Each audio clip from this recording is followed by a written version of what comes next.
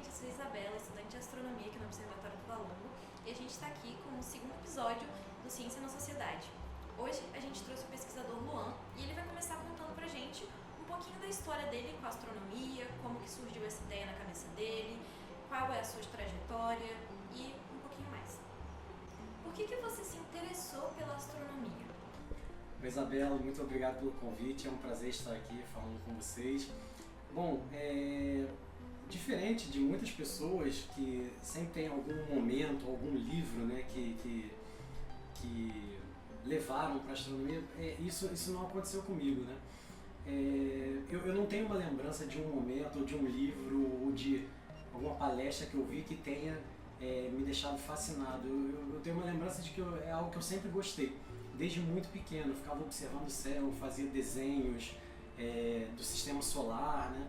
Então eu sempre gostei muito da astronomia e muitas vezes esse sonho de criança de ser astronauta, de ser astrônomo, né, ele vai se perdendo, né, quando a gente chega ali na adolescência e está pensando no curso que a gente vai fazer na faculdade, mas isso não aconteceu comigo. Então eu fiz o vestibular na época, né, para a UFRJ, eu passei para o curso de astronomia, né, então eu fiz a graduação em astronomia. Depois que eu me formei na graduação em astronomia, eu segui para o doutorado direto no Observatório Nacional. E aí, depois que eu terminei o doutorado no Observatório Nacional, eu fiz um pós-doc por um tempo lá, um pós-doutorado. E depois eu recebi um convite para fazer um pós-doutorado na Universidade de Harvard. Então eu fiquei quase 2 anos lá. Foi um período muito legal, né? Aprendi bastante. Depois voltei para o Brasil para fazer um outro pós-doc no Observatório Nacional. E até que finalmente eu passei aqui no concurso para professor da UFRJ em 2018. Então sou professor aqui da UFRJ desde 2018, há 7 anos. Agora eu queria saber um pouquinho quais foram as suas maiores dificuldades durante toda essa sua trajetória como astrônomo, como estudante, como pesquisador em geral. Olha, a trajetória de pesquisador é uma trajetória que ela realmente não é fácil, né? Ela tem muitos altos e baixos, né? Então tem momentos que a gente está muito feliz quando tem um resultado muito legal da pesquisa ou quando a gente ganha um financiamento, né? Mas também tem outros momentos bem difíceis, porque é uma área que tem muitas incertezas, né? Você não sabe se você vai conseguir a bolsa, né? Se você vai conseguir o financiamento. E também a época ali do pós-doc, né? Quando é que vai abrir um concurso, né, para você fazer. Então, eu acho que a maior dificuldade que eu vejo, né, na carreira acadêmica em geral, mas em particular na astronomia, né, é o tempo que você leva entre a entrada na universidade, no curso da graduação, até você conseguir uma vaga de professor ou pesquisador em alguma instituição.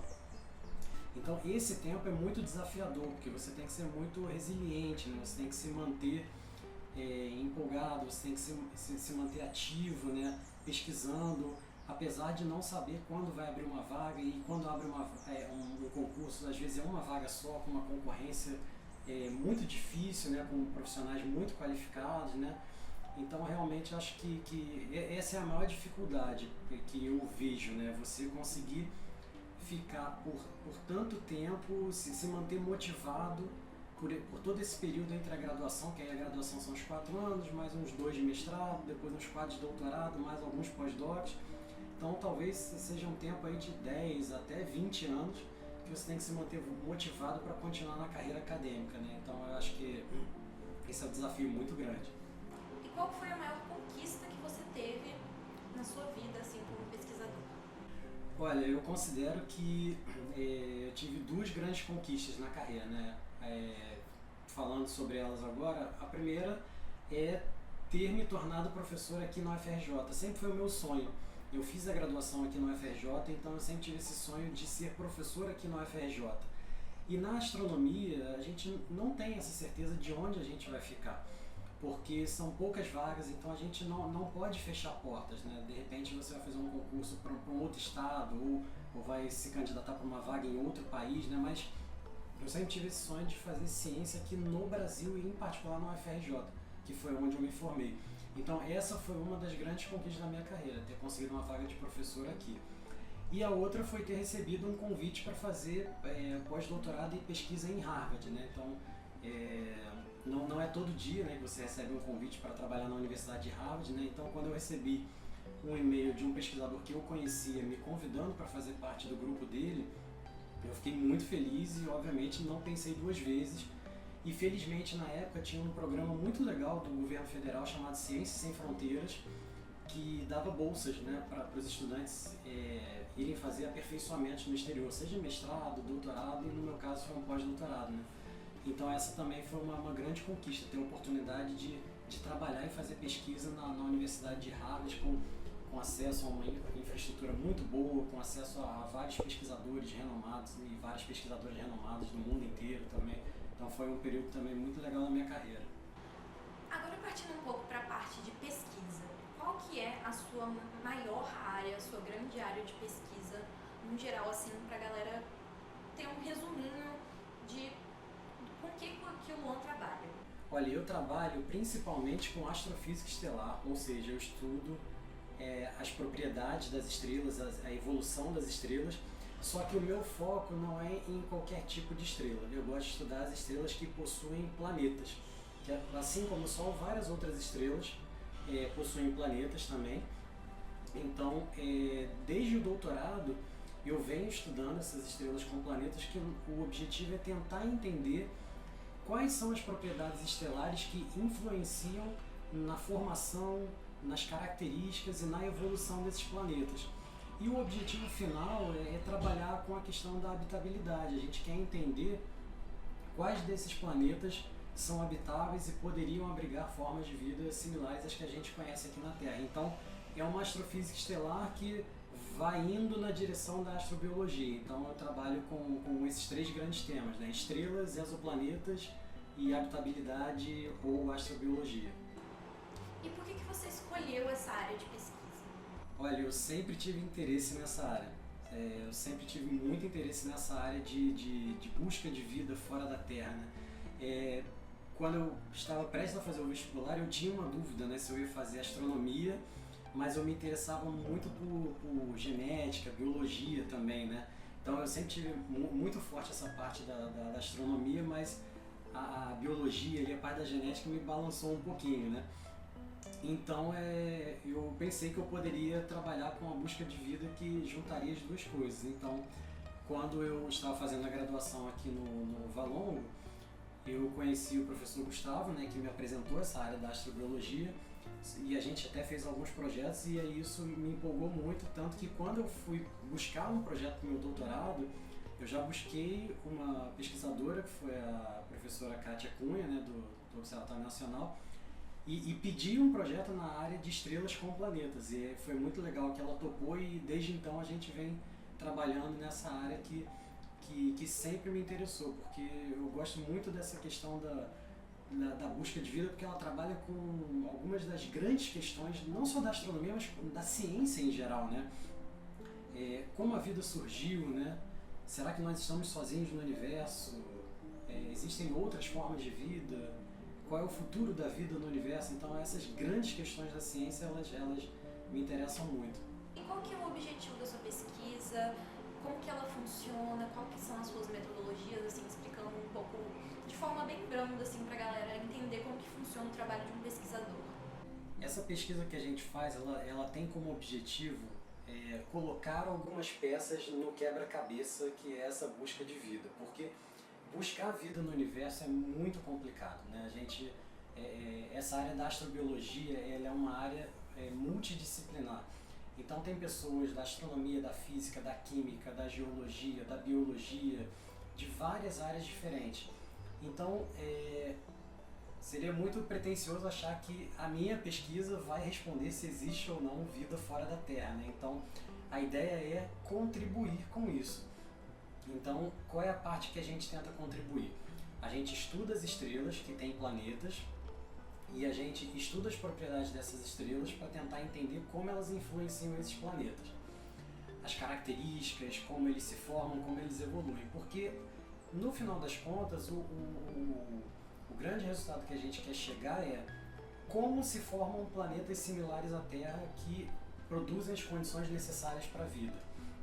Então, basicamente, todas as pesquisas que eu e os estudantes que trabalham comigo, né, as pessoas do grupo, né, que trabalham comigo, todas as pesquisas que nós estamos fazendo, elas tentam responder essa pergunta por diferentes ângulos. Então, a gente procura propriedade na composição química das estrelas que facilitariam a formação de planetas como a Terra, por exemplo, né?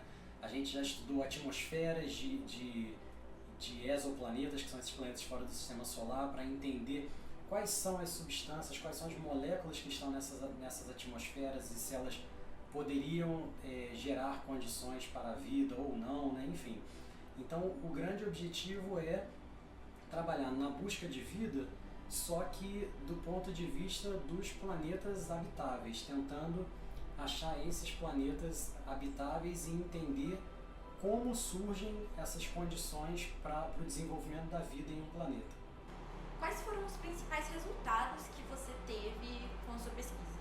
Olha, a gente já teve alguns resultados bem legais no nosso grupo de pesquisa e na minha pesquisa em particular, mas um que me marcou bastante foi um do meu doutorado, porque na época a gente conhecia muitos planetas gigantes, parecidos com Júpiter, mas conhecíamos poucos planetas menores, do tamanho de Netuno ou da Terra, né?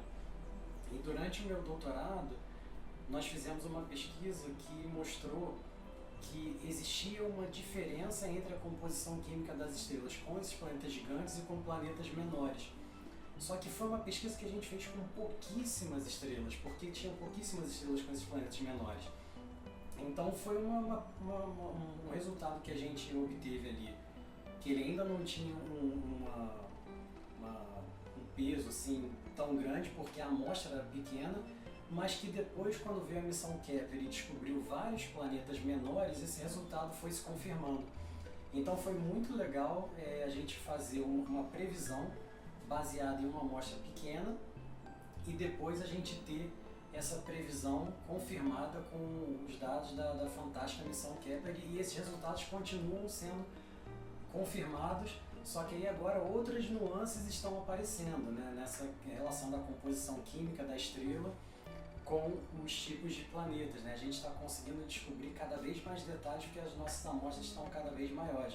Mas foi muito legal, juntamente com outros autores da época, né, que também publicaram artigos similares, ter dado esse primeiro passo para entender que talvez as composições químicas das estrelas que formam planetas como Júpiter, por exemplo, são diferentes das estrelas que formam planetas como a Terra. E isso é um passo importante também na direção da gente entender a questão da habitabilidade desses planetas parecidos com o nosso, que são potencialmente habitáveis. E qual que é a sua visão de futuro nessa área tão específica assim da astronomia? A minha visão de futuro para essa área é muito otimista. Estou muito empolgado com o futuro da área porque, primeiro, a gente tem o James Webb, que está observando várias atmosferas de exoplanetas, produzindo resultados fantásticos, né? A gente está começando a dar esses primeiros passos no entendimento mais profundo das atmosferas dos exoplanetas. E existem várias missões sendo planejadas com o intuito de buscar esses planetas potencialmente habitáveis e indícios de vida, né, nas atmosferas desses planetas. Em particular, tem a missão Plato, que vai ser lançada, a previsão de lançamento é no ano que vem, né? Então vamos esperar que isso se confirme. Mas ela é uma missão que foi pensada para buscar planetas similares à Terra nas zonas habitáveis de estrelas similares ao Sol. Porque esses exoplanetas, eles ainda são muito escassos na nossa amostra.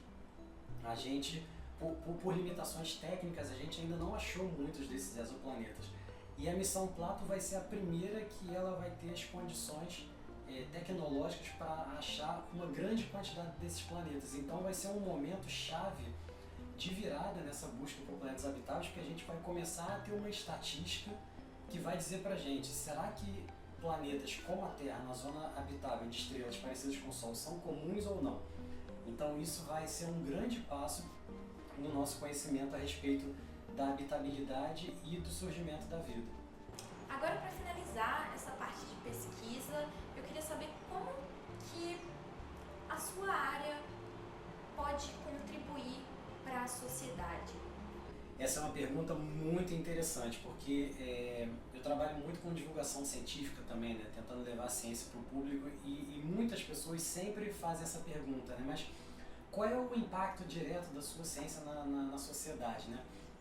A astronomia, ela é uma ciência de base, né? Ela realmente ela não tem uma finalidade de ter um impacto direto na sociedade em termos de uma coisa que você possa usar no seu dia a dia.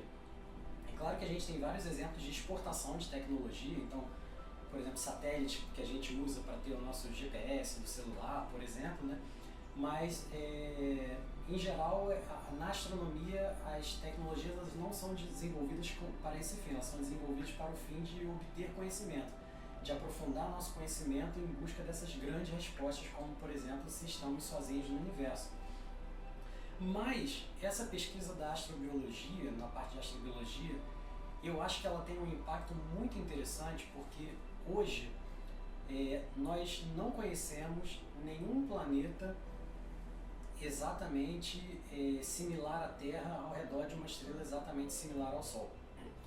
Então, e a gente está entendendo cada vez mais o conceito da habitabilidade, dos planetas habitáveis, e a gente está vendo que não é tão simples você obter as condições adequadas para a vida como a gente conhece. Então isso dá pra gente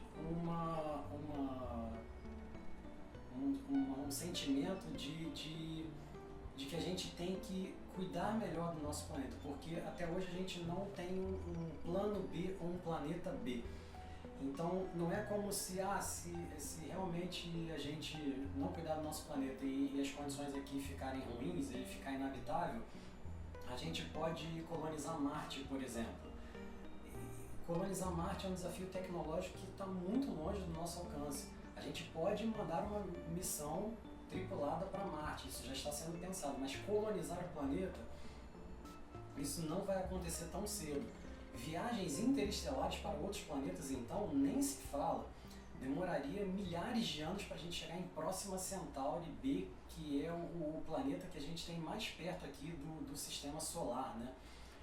Então, esses estudos da astrobiologia, eles mostram pra gente que a gente tem que olhar com mais carinho para o nosso planeta Terra, porque ele possui condições adequadas para a manutenção da vida e o desenvolvimento tecnológico desenfreado, né, talvez sem pensar nas consequências para o meio ambiente, isso está causando mudanças climáticas que podem ser irreversíveis e podem tornar o nosso planeta inabitável.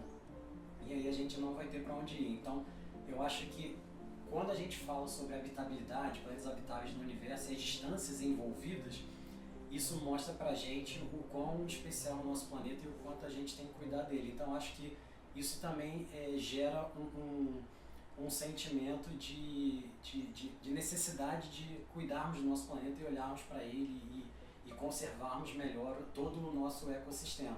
Então não é um impacto direto, digamos assim, de alguma coisa que a sociedade possa usar, mas é uma mensagem que a gente consegue transmitir para as pessoas que a gente tem que fazer isso de maneira bem urgente, porque a gente está chegando num ponto bem crítico aí das mudanças climáticas que talvez possa não ter volta, né? Então a gente tem que reajustar nossas rotas e tomar mais cuidado com a conservação do meio ambiente, do ecossistema e de todas as formas de vida, né? Porque nós não habitamos o planeta sozinhos, né? Nós dependemos das outras formas de vida também e elas dependem uma das outras, então nós só cuidarmos da habitabilidade para os seres humanos, mas também ficar de olho em extinção de outras espécies e outras questões ambientais também. Agora, para a gente ter uma visão um pouquinho mais humanizada dos nossos pesquisadores aqui do Observatório do Valongo, a gente vai fazer umas perguntinhas um pouco mais pessoais. Eu queria saber qual que é o seu maior hobby, quais são os seus hobbies, o que você faz no seu tempo livre, ao que você se dedica quando você não está aqui no Observatório do Valongo ou em casa trabalhando como pesquisador. Eu adoro música, eu adoro escutar música, eu adoro ir em shows, então gosto muito mesmo de... Já fiz aula de bateria, já fiz aula de canto, né? Já tive banda quando eu era adolescente, então gosto muito de música, em particular rock, né? Eu só gosto do estilo de rock, né? Então, esse é um hobby que eu tenho bastante, sempre que eu posso, eu tento ir em algum show, né? Eu tento escutar música em casa, ou até trabalhando mesmo.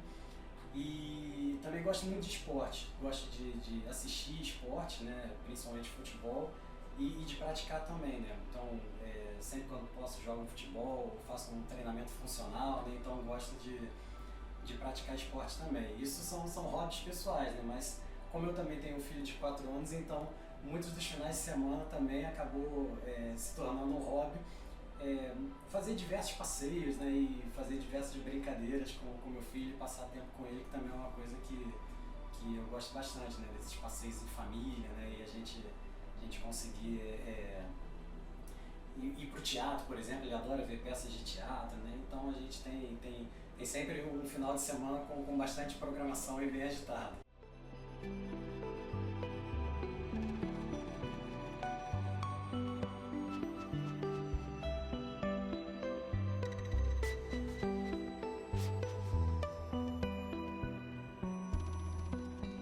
Pessoal, então muito obrigado por terem assistido aqui a conversa que eu tive com a Isabela. Foi um prazer falar um pouquinho sobre o meu trabalho, minha pesquisa para vocês. Se vocês tiverem qualquer dúvida, qualquer pergunta, vocês podem deixar aí nos comentários ou também me procurar no Instagram ou via e-mail e entrar em contato comigo, porque vai ser um prazer falar um pouquinho mais sobre a minha pesquisa ou eventualmente sobre o curso de astronomia, a carreira de astrônomo para vocês. Foi isso, pessoal. Esse foi o nosso segundo episódio do Ciência na Sociedade.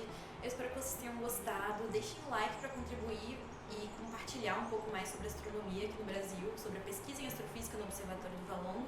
Se inscrevam no canal para acompanhar todos os projetos de extensão e observação que acontecem aqui no Observatório. E é isso. Tchauzinho!